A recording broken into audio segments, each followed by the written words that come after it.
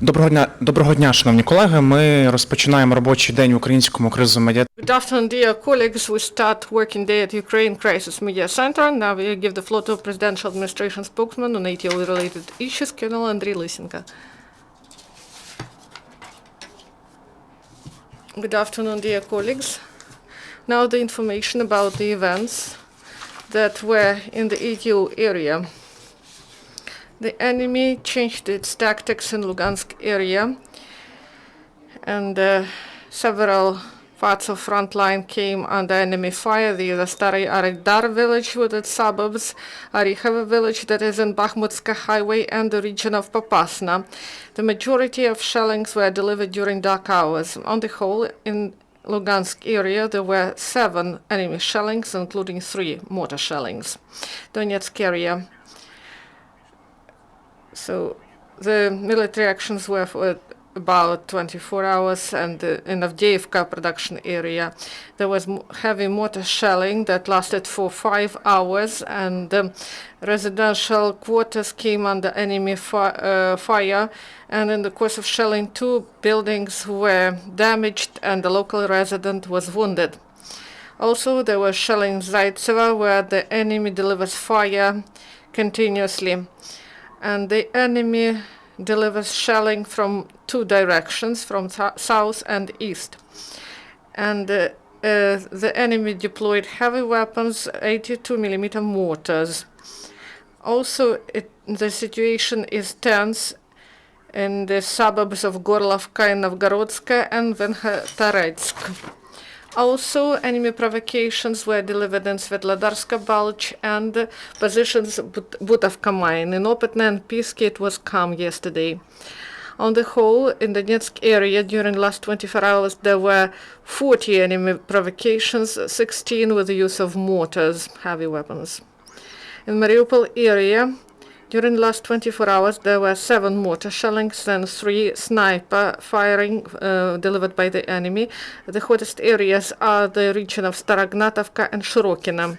In Marienka, during the last 24 hours, the enemy delivered sniper fire and also used the armory of APC. A local resident was wounded by a fragment of shell, and she was brought to Kurakhova hospital. In 3 last days, because of the shelling delivered by the militants, 5 houses were damaged. On the whole, in Mariupol area, during the last 24 hours, there were 17 enemy shellings. During the last 24 hours, in the result of the military actions, 1 Ukrainian serviceman was killed and 5 were wounded. We express condolences to the relatives of the servicemen who died. Losses of the enemy. During the last 24 hours, 3 militants died and 7 were wounded. These are the militants from so-called 11th Regiment from Makivka and 9th Regiment Novozovsk and 3rd Brigade Gorlovka of Russian occupation forces. The biggest losses were sustained by the enemy that take part in the military action in Avdiivka production area. And many militants do not want to take part in military actions. That's why the Russian National Guard squad was brought to production area of Avdiivka. They will carry functions of barrier squad. Also, the military dissolved of the 1st Brigade dissolved the meeting of local residents. These people were against the placement of weapons in the residential quarters of the city. During this brutal action, the militants heavily wounded 3 peaceful residents. In order to prevent dissatisfaction of people and to hide this tragic episode, the commanders of the enemy spread the gossips that this firing was delivered by the militant who was dismissed from the militant groups and who was psychologically unstable. So they do it as they do it always, so no person, no problem. At Gnutovo checkpoint, Ukrainian bodyguards detained 2 people who were going to the occupied territories.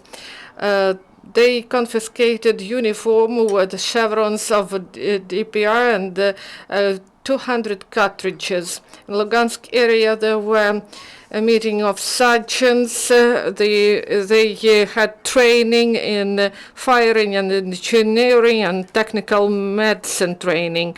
They were trained how to destroy enemy air drones, how to demine the area, and how to evacuate those who suffered.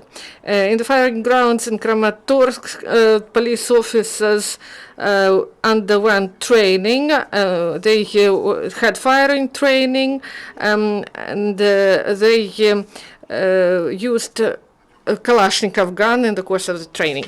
So if you have questions, please ask. Thank you, Colonel. Now questions. Please introduce yourself first. Stanislav Fedchenko, 1+1. So we would like to clarify. You said about one person who was killed. When and how it happened? Lugansk, because of shelling. One was wounded in Zaitsevo, 3 wounded in Avdiivka, and 1 wounded in Shirokino. So in Shirokino there was an explosion of an explosive device. And in Lugansk, what happened? No comment. And one more.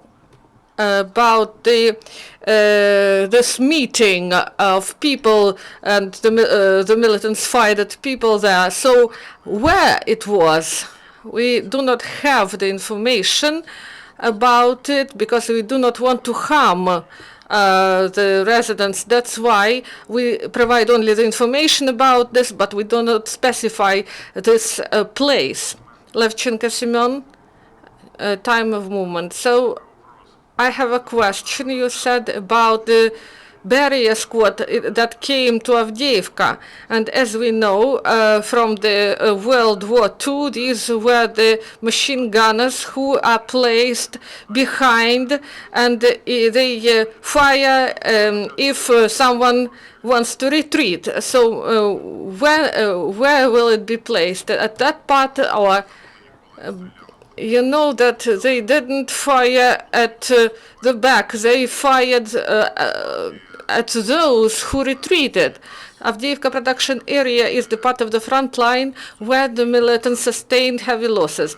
And we informed that there is low morale among the militants, and they are forced to advance or they are forced to take part in subversive groups and to move forward, and they get under fire, come under fire, and people do not want to go there.